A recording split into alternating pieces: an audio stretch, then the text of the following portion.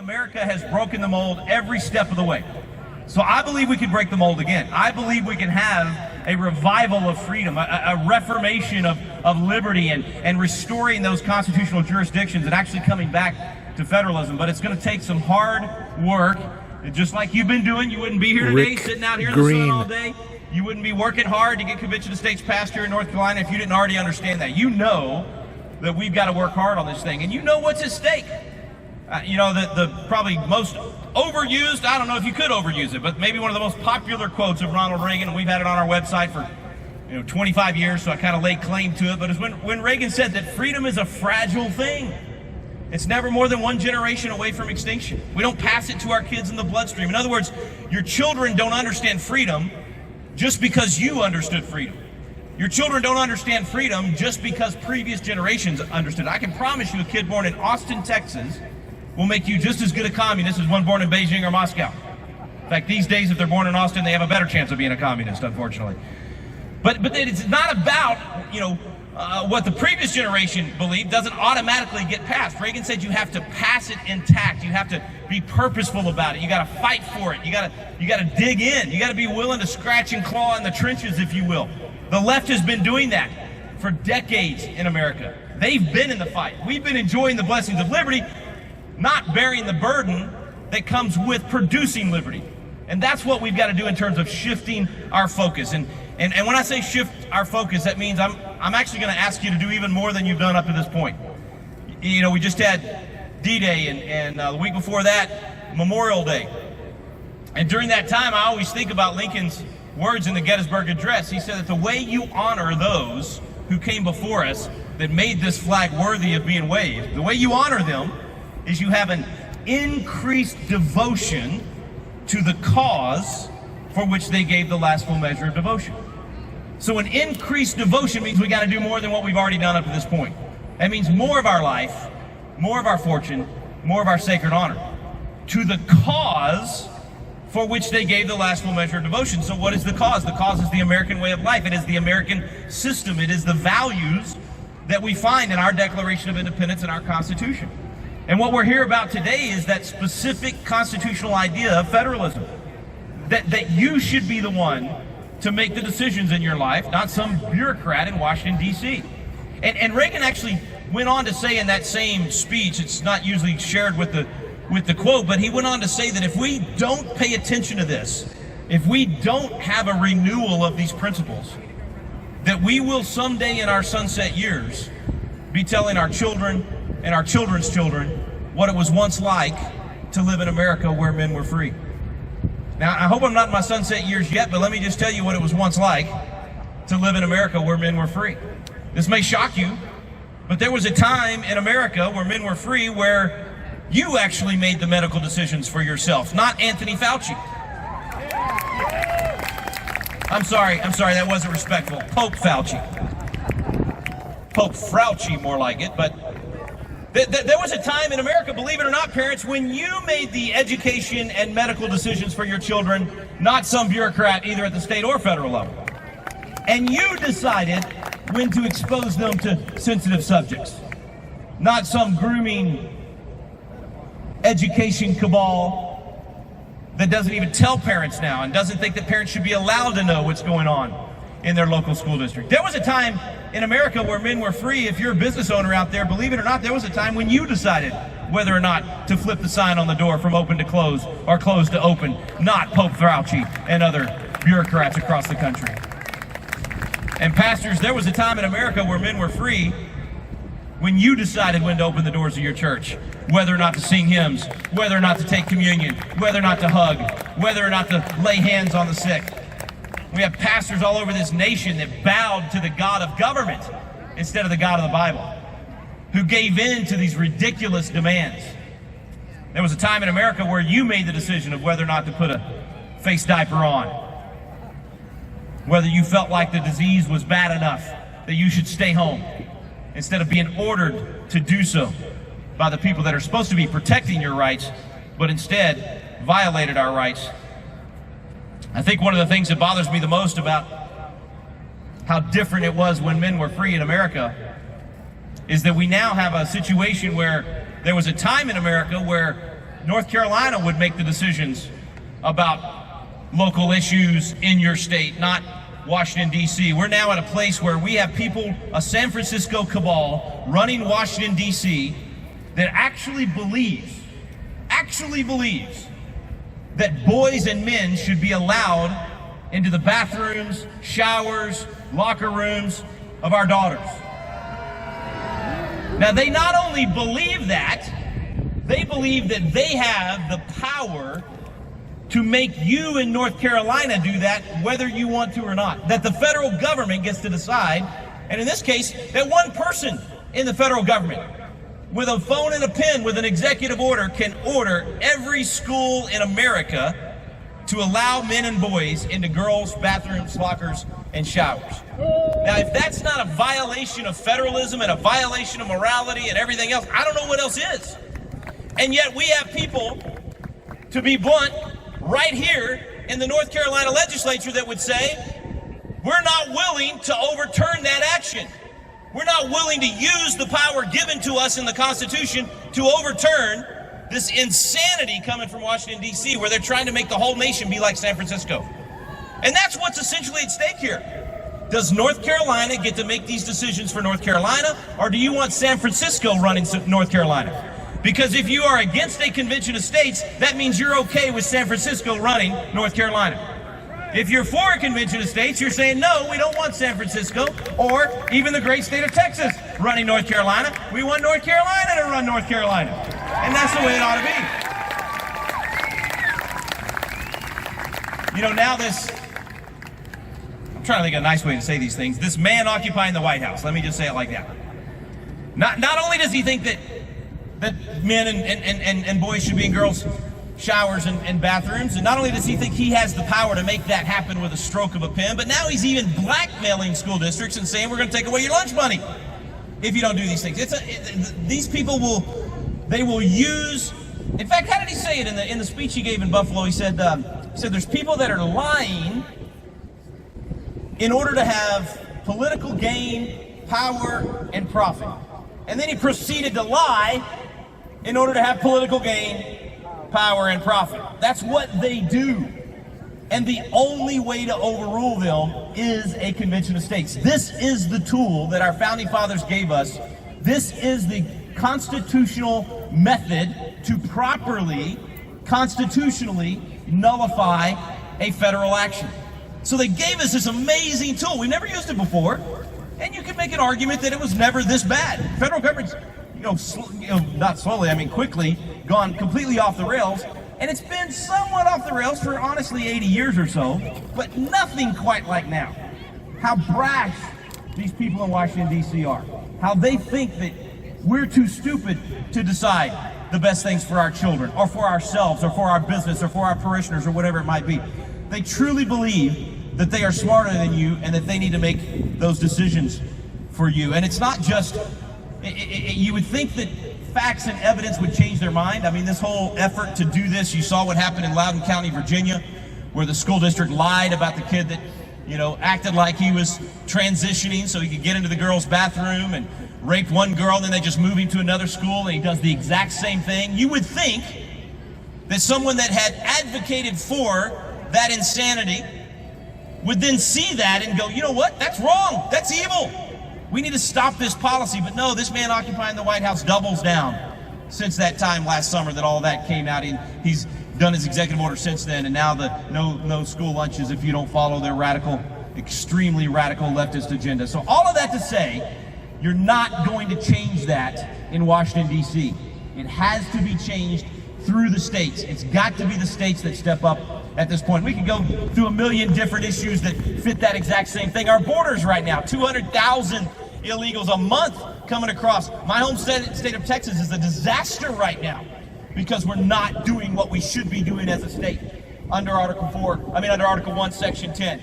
I'll tell you one thing, one of our speakers this afternoon, if Colonel Allen West had been elected governor of Texas as it should have been, then Texas would be leading the way with Ron DeSantis and Florida. We need people like that. We've got to get behind them and get that kind of support out there to be able to win this. So I'll say this, with all the different issues, we could talk about energy and gas doubling and it's all due to policies of this White House, by stopping the drilling, by stopping the pipelines, all the over-regulation. I mean, this is a result of the policies of the federal government. We should get them out of this business completely, let each state make its own decisions about what they want to do with their land and whether or not they want to allow drilling or pipelines. That should be a local decision for you, not some federal decision. So there's a million different issues that we can talk about. But when you look at how bad it is right now, I got to ask the question, if now is not the time to overrule the federal government, good grief, what has to happen to wake you up and realize now is the time to overturn federal action? How bad does it have to get for you to say, okay, I get it, there's no perfect system, and we got all these scare tactics out there. Oh, if you do a convention of states, this will happen and that'll happen. And everything they're afraid of happening at a convention of states that's bad is happening right now in Washington, D.C. We already have a runaway federal government. We already have them ignoring the Constitution and ruling with a courtstitution. We already have everything that people are afraid of. And the only chance we've got to put them back in the box, to overrule them and do this peacefully, and to do this properly and civilly and constitutionally, is to exercise Article 5, call for the convention. North Carolina needs to be state number 20. We need to get this done right here, right now. I don't want to hear this talk about if it doesn't happen, we'll do it next time. Let's do it now. Let's make it happen right now in this state. And let's get these legislators to step up and make it happen. There's some people that say, "Oh, no, it's okay. It's okay. We're gonna win big in 2022. We're gonna win big in 2024, and the Republican Party is gonna save us in Washington D.C." Can I just give you a little wake-up call? Look, I was a legislator in Texas. I was a Republican. I'm a Republican now.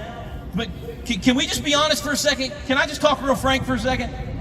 The $10 trillion dumped on the market as a part of the overreaction, panicked response to COVID started with the Donald Trump White House.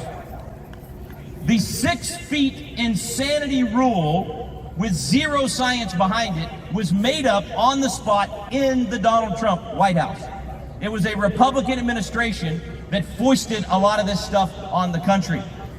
Friends, the immunity for these big pharma, trying to make sure I don't go down too big of a rabbit hole here. The immunity at the federal level for big pharma to make a product, the current one that does not work, has killed more than 30,000 people and injured millions. That immunity was done in the Ronald Reagan White House. Okay, I'm a Reagan fan. I got a kid named after Ronald Reagan. I got another kid with the same birthday as Ronald Reagan. I used to have a dog named Dutch. I am a Ronald Reagan fan, 5th best president in history on my list. Donald Trump is the 4th best president in history on my list. So I'm a fan of both of those guys, and they did the best they could with what they had, and hopefully maybe even get a chance to do it again. Well, not Reagan, I mean, obviously. Anyway, listen, they did the best they could with what they had, right? But a president cannot solve this problem. A Congress and a Republican majority in Congress cannot solve this problem. You will not be able to drain the swamp from within the swamp. This has got to come from outside. We, from outside of Washington, D.C., have to make them do this. It's not going to be solved in Washington, no matter who you elect as president this next go around. All right, it's not complicated, but it is hard. It's going to take time.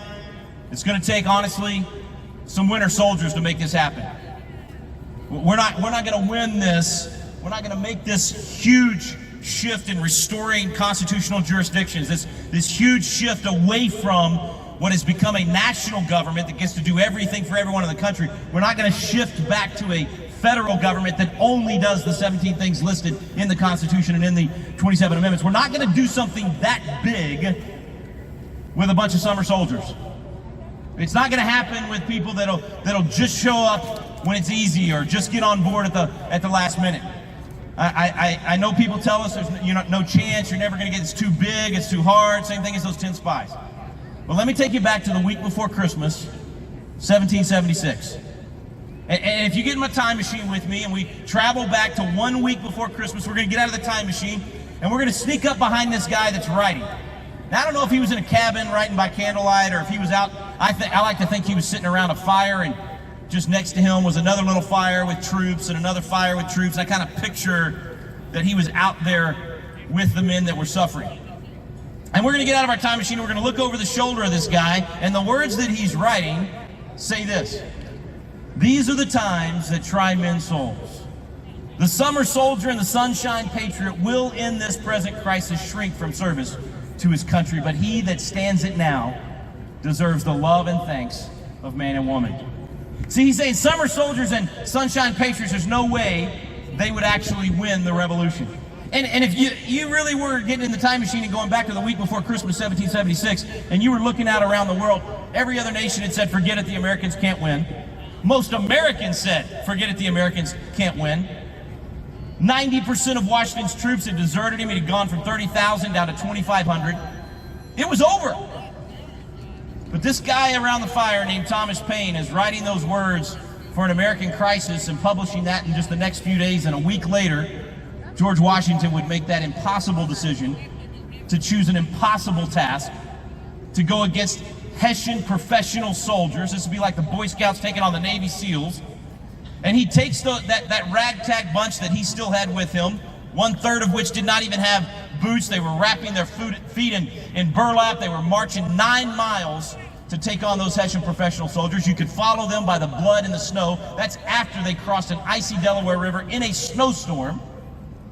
But then they win the battle, they capture 600 of the Hessian soldiers. Washington's troops swell to 15,000 in the next 2 weeks. It's the greatest military comeback in history. And it was because they were willing to say, I'm not going to look at the odds, I'm not going to look at the overwhelming difficulty of the task, but I'm going to do what's right because it's the right thing to do no matter what it costs me. Because I'm not a summer soldier, I'm not a sunshine patriot, I'm a winter soldier. If we're going to win this war, this culture war for the heart and soul of America, if we're going to push back the federal government and put them back in their box, and I'm not saying that having a federal government is wrong or evil or that government is bad. Government's a tool. It's a God-created institution. And when it's in its lane, it's a blessing to all of us. When it's outside of its lane, it's a curse and it hurts.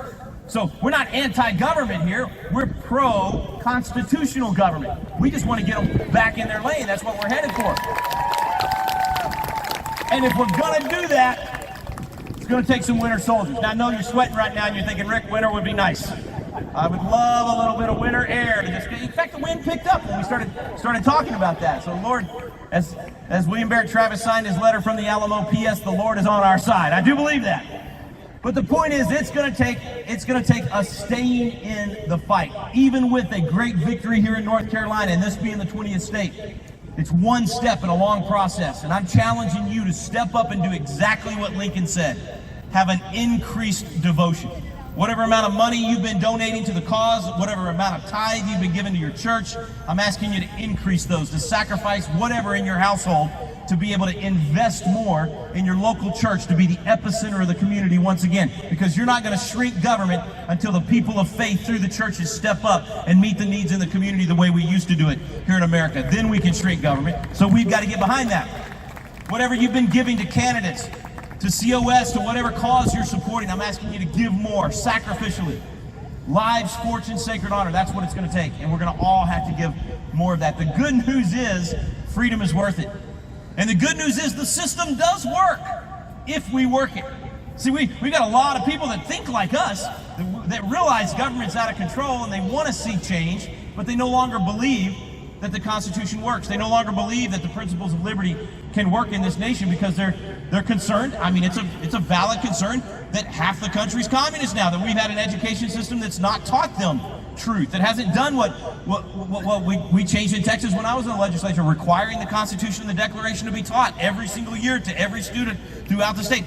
People are concerned that you got too many that didn't get that, and therefore we can't win because we're somehow too small or in the minority or we don't have the troops and too many people want the handout from government. Folks, Elijah thought he was the only one too. And what did God say to him? 7,000 have not bowed their knee to Baal. If you ever feel like you're the only one, let me tell you right now, Mark and Colonel West and I can tell you, without a shadow of a doubt, we travel the nation and get to see crowds like this all the time. There are millions, tens of millions, maybe even over 100 million in America that have not bowed their knee to Baal, that still love this Constitution, love this country, that still have a biblical worldview and want to apply that biblical worldview to government. You are not alone. even just right now, looking around you, all the other folks that are willing to sit out here in the sun and enjoy this day together and call for this, drove here from some 10, 12 hours away and even further, because we're not alone. And when we come together like this and remind each other this system works if we work the system, if we're winter soldiers, if we stay in the fight. I want to say before I end that if you're a person of faith, this is not a time for mamsy-pamsy, wimpy Christianity.